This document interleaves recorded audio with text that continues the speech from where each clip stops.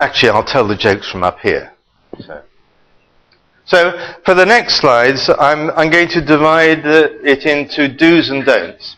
Some advice on points that I recommend that you do think about and try to implement, and also some comments that you should try to avoid doing because it won't help your presentation to get across to the audience. So I'm going to start with, I think I've got 12 or 13 of these slides on aspects of preparing the content. Now, the first slide here talks about the length of your talk and the number of slides. Do think carefully about how long you have for the talk. If you have a 20-minute talk, then do not put in enough slides for a 30-minute talk. And I can give you an example from the training course that I was taking part in Sarajevo last week. There was one speaker there who was talking on one aspect of Horizon 2020, and he was given 20 minutes for his talk in the program. He had 29 slides for his 20 minutes, and he spoke for over 33 minutes. And as soon as I saw the number of slides, I knew that he was not going to keep to his time. And what is more, because he had too many slides in, he was having to describe some of those slides quite quickly. So a lot of the information that was in the slides just didn't get across to the audience. So I try to keep to my time wherever possible, especially if you have parallel sessions at a conference, because participants wanting to move from one session to another to see the talks that they want, they will not want to find that one of the sessions is running late because people have been overrunning their time. And also you don't want to find that the chairman starts tapping on the table, your time is coming up, and the speaker's still going on for another 5 or 10 minutes. And I have been at talks where the chairman has done this, and the speaker says, "Oh, I'm just getting to the end, I've only got a couple more slides." But what happens is that he starts pressing the button very quickly. He's got pictures, and the pictures just, and this is this one, and this is this one, and this is this one. And he might just as well have gone home because he wasn't giving any information. So it is important for you to try to ensure that you have the right number of slides for the length of your talk. And I'll give some advice on that later on. I have a rule of thumb, which means, my thumb is this long, so if I have 5 of these, I know roughly how long it is. A rule of thumb is I have about 2 minutes per slide. So if I have a 20-minute talk, I know that I can put in 10 slides, possibly 11 if I include the acknowledgements. But I find that for my type of science that I'm describing at conferences, an average of 2 minutes per slide works for me. And if you're going to be showing similar information content to the sort that I will be giving, then I would expect that 2 minutes per slide would be realistic for you. It's only if you're showing simple photographs of mosquitoes' reproductive organs in different species, this is the species, then it's only then that you only need to spend a short length of time on each slide. And I very often find that there are far too many slides in presentations. And what tends to happen is that near the end, the speaker just speeds up, and you lose contact with the speaker, and you don't get to hear the end of the talk. So it is important to make sure that the number of slides fits the number of minutes that you have available. Do organize carefully what you want to present. Decide the main message. Maybe for you it's not so much of a problem because you're still developing your careers and you may have only 1 or 2 areas of research that you're working on. In my case, I've got so many millions of numbers in my Excel spreadsheets over the years that if somebody says, Steve, can you give a talk? Then I think, well, where do I start? What sort of story do I have available? The first question that I ask them is, how long? Because I can't start preparing my talk unless I know how long it's going to last. And that 20 minutes assumes that you leave 1 or 2 minutes for questions. So you should aim to be finishing at least 2 minutes before your time. Unless they've got a discussion session at the end of that part of the program, which does often happen. So do think carefully about how much of a story you can tell in the time that you've got available. It's got to be sufficiently simple that the audience will understand it. And I've got down at the bottom there, the amount of detail that you give, you've got to judge the level of understanding of your audience. If it's with scientific colleagues who will be familiar with your area of science, then that's fine. You can just refer to the scientific terms without any problem.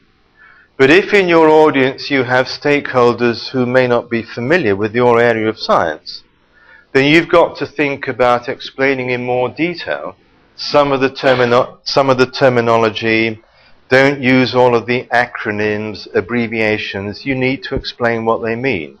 And this all takes time. So you've got to consider that in terms of deciding the main story that you're going to tell. Do's and don'ts number 3. I recommend that you start at the beginning with an outline of what you're going to be showing the audience, so that they get to see what's coming up next. And there's an expression that you may have come across which says, say what you will say, then say it, and then say what you said.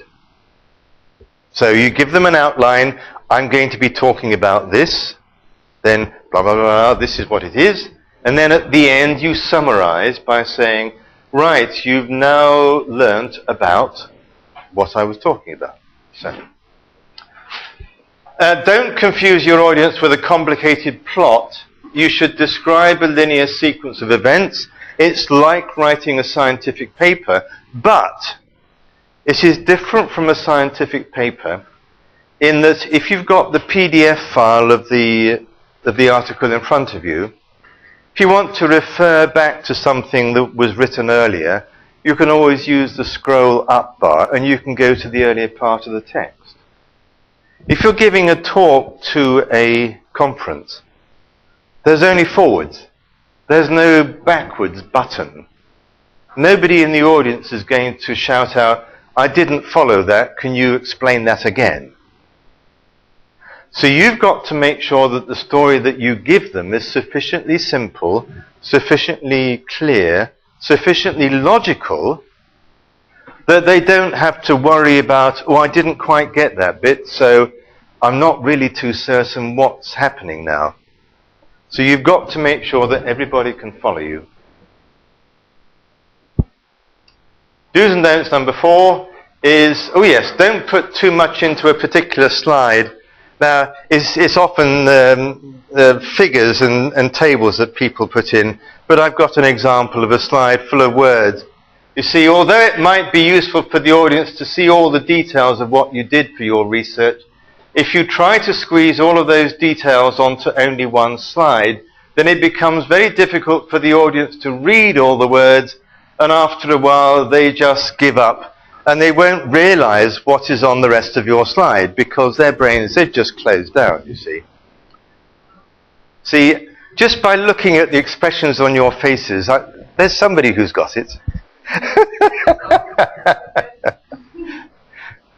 You see, people, if they see a slide full of words, they don't bother reading the words because it's hard work. So it's a waste of effort for you to try to fill your slides with a lot of text. You can read it afterwards in the handout. Right, what's coming next? Oh, that's just continuing with this. Yes, so don't put too much into a particular slide.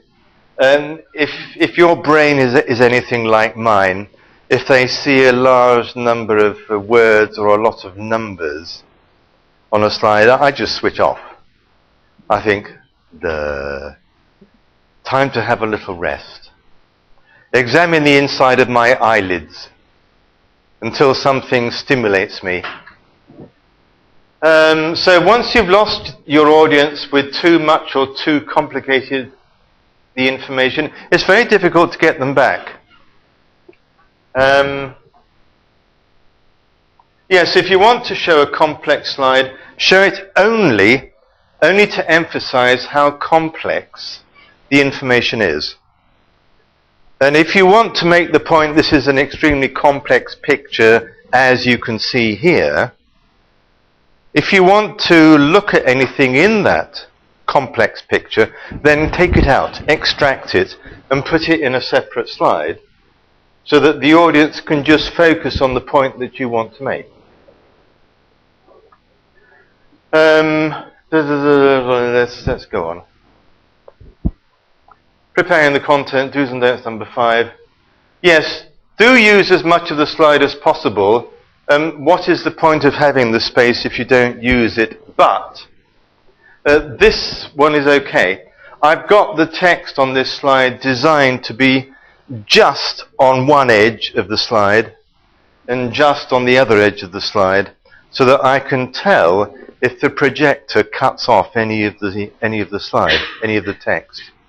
And sometimes you'll find that the screen hasn't been properly adjusted, so that the edge of your slide is outside the area of the screen. So it's always wise to leave a bit of space around the edge of your slide.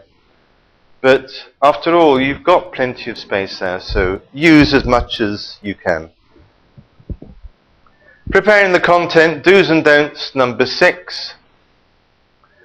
Do use a large font size wherever possible. Now, that is because you don't know what the size of the screen is going to be in relation to where the audience is sitting.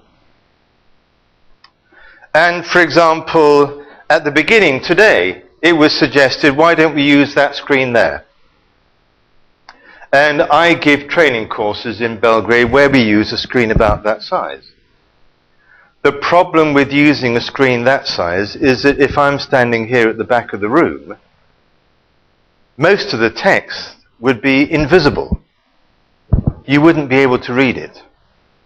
So I always try to make the text on my slides large enough that I believe people can read from the back of the room.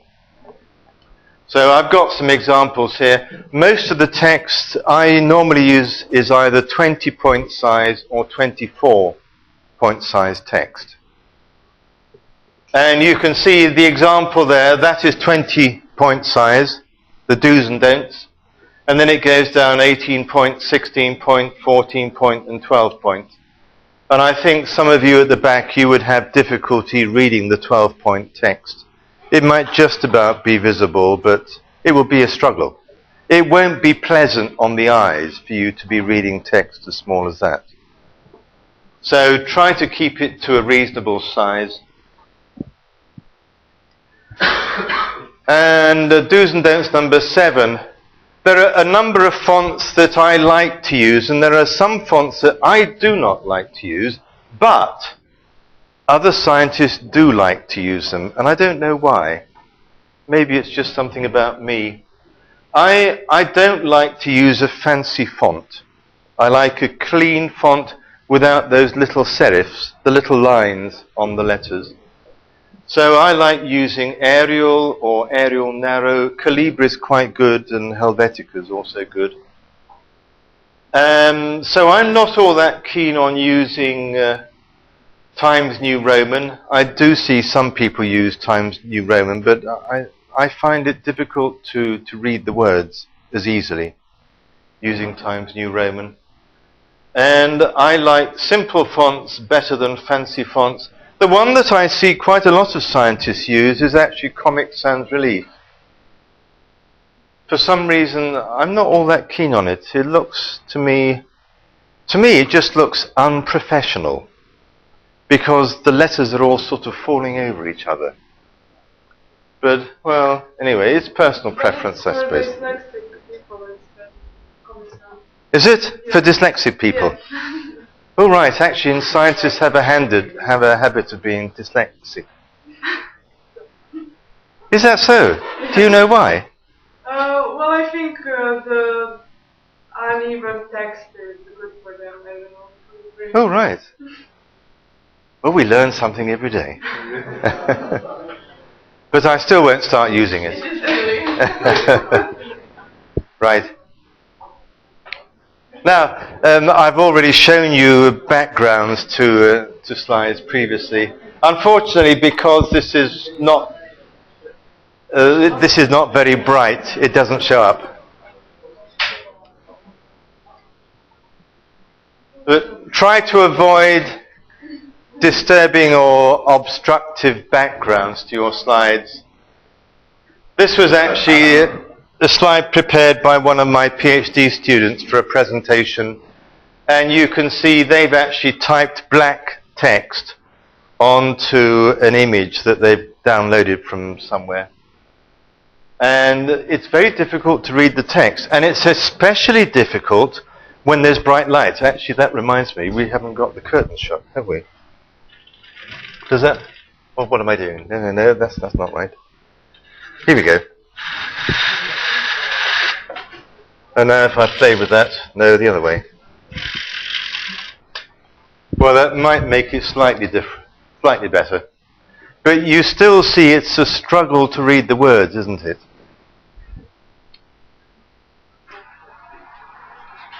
Oh, also, yes, you don't need to have all the applause or all the graphics going round and round. You don't need to impress your audience with the quality of your research, not with the quality of your graphic animations. Don't try to use yes. Although I suppose if you do have loud applause, you might wake up the professors in the front row who have fallen asleep. You never know. I might be a professor, but I prefer to sleep in the back row to sit in the back row. Freudian slip. I prefer to sit at the back so that I can sleep without interfering with anybody. Now, in the old days, you weren't born in those days. Well, one or two of you were born, but we used to have 35mm slides. And according to scientific research, it's all based on fact, the best color scheme for seeing 35mm slides, text, was to have yellow text on a dark blue background. So that was used routinely for giving scientific presentations up until the age of computer technology and PowerPoint. But one of the problems with having light-colored text on a dark background is, and in fact it might be true if I was to open this up, it actually becomes very difficult to see the difference. You see, as soon as I open the curtains, it becomes more of a challenge to see the contrast between the background and the text. So I would always recommend that you have black text on a light background where possible. Because, again, you don't know what the environment is going to be like where the lecture or the talk is going to be given. Yes, and what sometimes happens is that when you do get slides like this, the chairman, and I've seen it happen, the chairman will go and switch off all of the lights. So the audience is sitting in complete darkness. And I find that frustrating. Well, I find it frustrating on one hand, because when I was enthusiastic, before I retired, I used to write notes on slides. So it was frustrating for me when I couldn't see what I'm writing. But I suppose nowadays I can take advantage of the lights being switched off by just sort of relaxing my eyes until I'm stimulated to wake up again. But anyway, Also, do use color combinations that make text and graphic easy to see. You see that green, you can't see it at all really, can you? And something that you have to appreciate is that what may look fine on your computer screen may not look fine on the projector. Just like this one here. The lamp is relatively weak. So you don't see the brightness of the colors as well on the screen as I do on my laptop. See? There you go. You see? You can see lots of nice bright colors on my laptop. If you compare that with what you can see on the screen, there's a big difference, you see.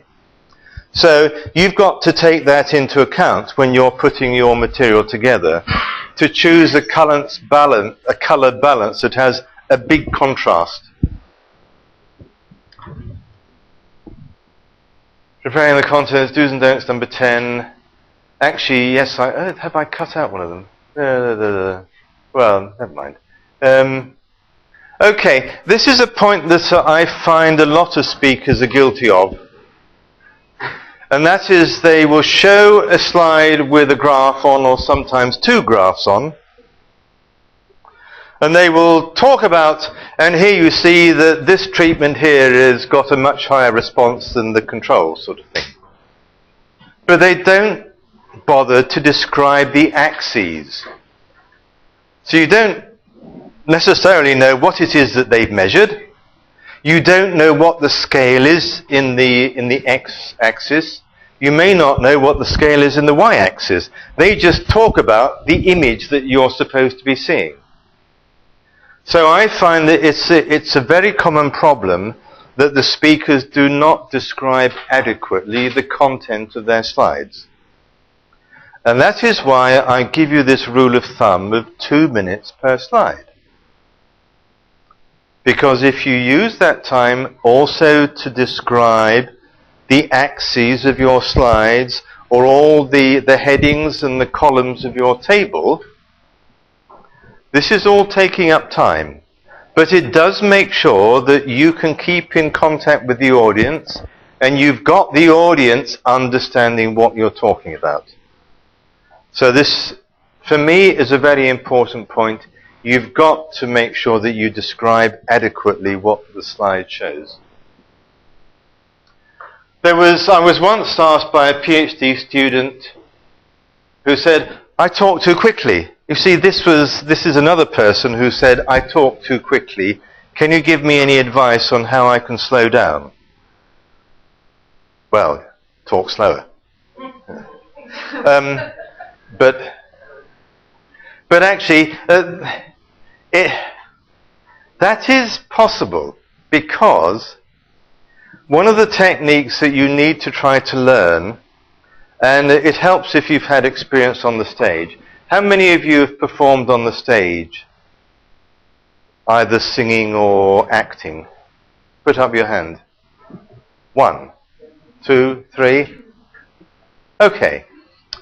Right, the rest of you, I would recommend, if you want to feel comfortable giving presentations, take up amateur dramatics, take up opera singing like I did for 20 years, and then you will learn how to feel relaxed. You'll be able to communicate with your audience. And one of the aspects of that you become aware of is that you tend to develop a schizophrenic personality. In the nice sense, in a nice possible way.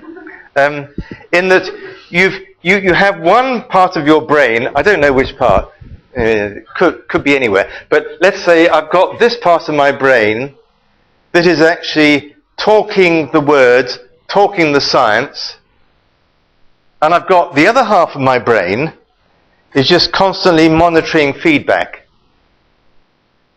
What slide is coming next? What's the audience doing? Am I talking too fast? Do I need to speak up? Do I need to slow down? So it's constantly giving me feedback on what's happening around me. And if you are able to do that, then it makes it much easier for you to realize when you're talking too quickly. You see, I can judge when I'm talking too quickly and you can't follow the words that I'm saying, because in English, it's all a foreign language for you, so bit of a challenge. But I know when I'm speaking quickly, so I can then slow down to make sure that you have time for your brains to catch up.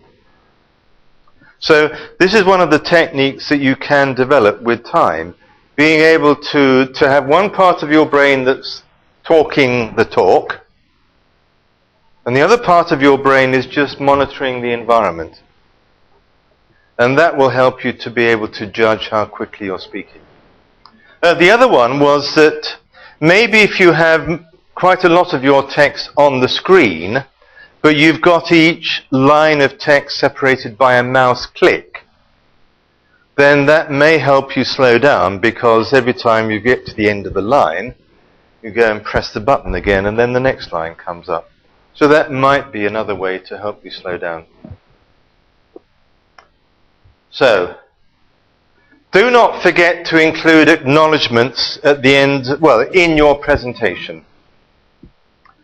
And there was one talk where I remember I had finished giving my presentation and I was feeling, oh yes, that went nicely, last slide, good. Right, so I said, thank you for your attention, blah, blah, blah, and I sat down. And just as I was sitting down and the chairman was starting to introduce the next talk, I suddenly realized, I forgot to show the slide of acknowledgements, because that was my last slide. I had finished talking about the science, I had shown the conclusions, and I sat down. I forgot that I had got a slide of acknowledgements. All the people who had helped me with the research and the funding source and so on. So now, if I'm talking about my science, I tend to put the acknowledgement slide at the beginning, the slide number 2, because there's no way I can forget it then. See? We learn from our mistakes. Right. That's that one.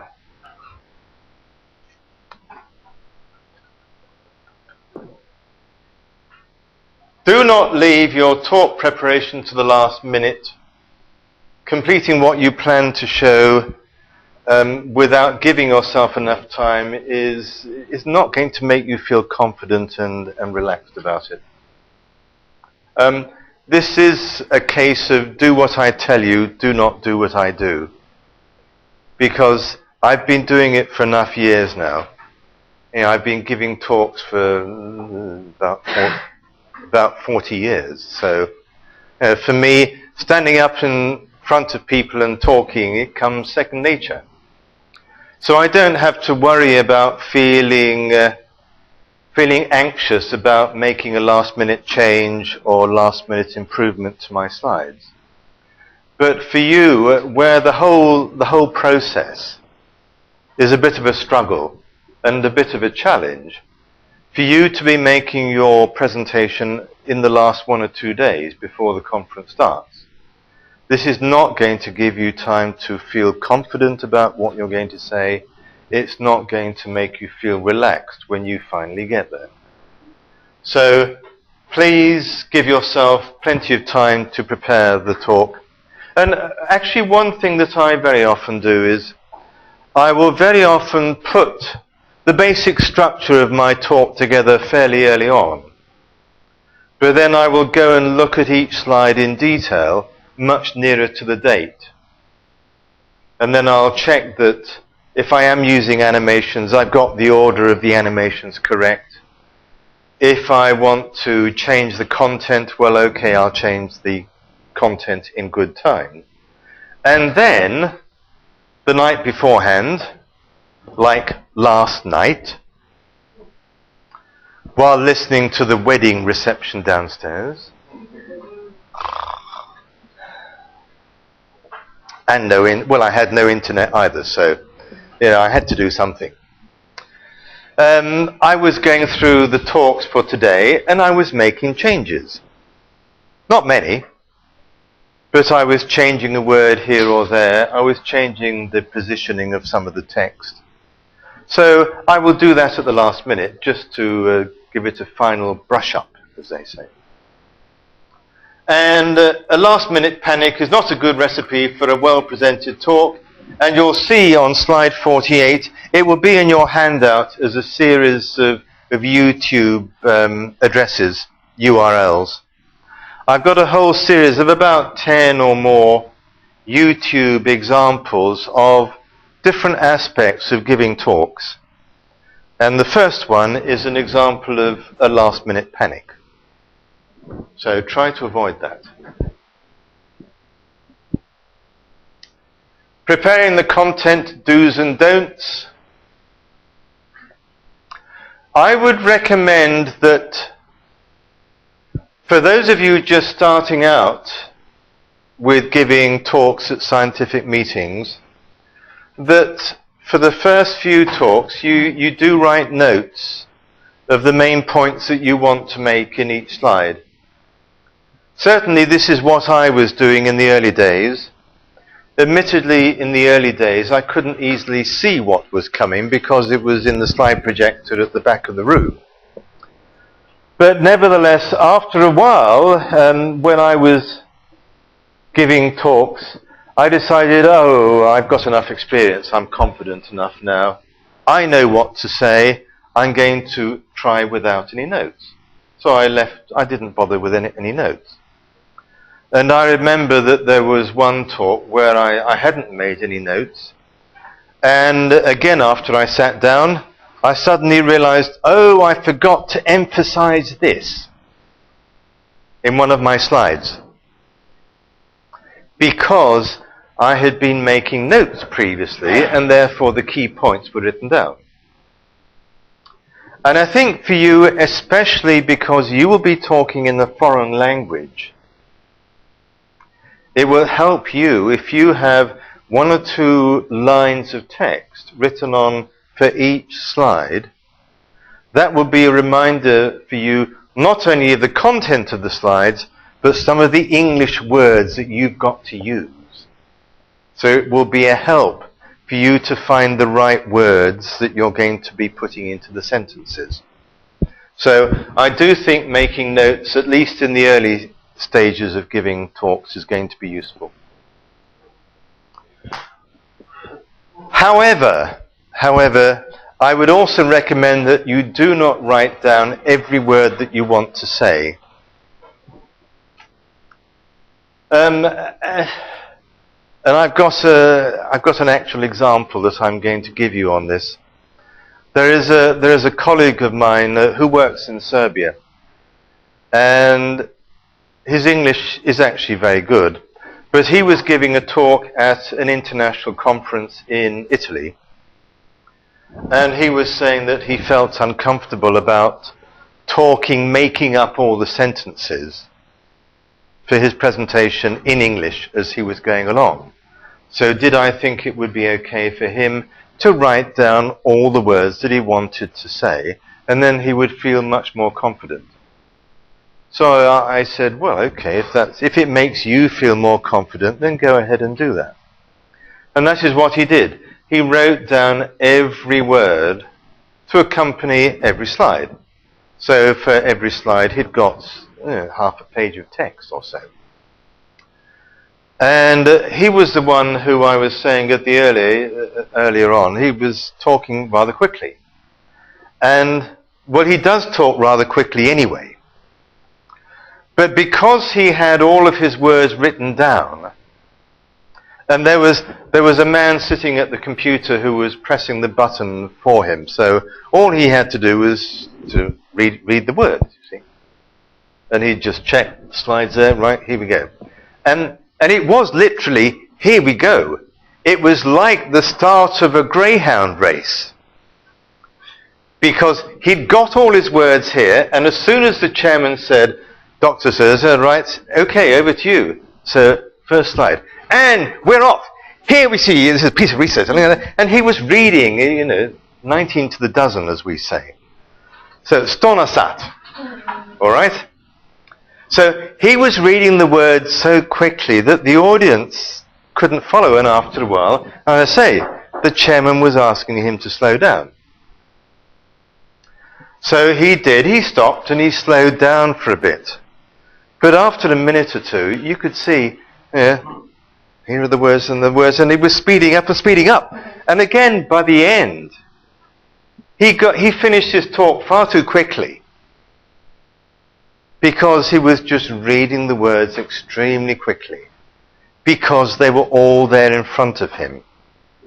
So if you do want to write out the words that you want to give to the audience, you must be aware that this is a risk, that you may start to talk too quickly.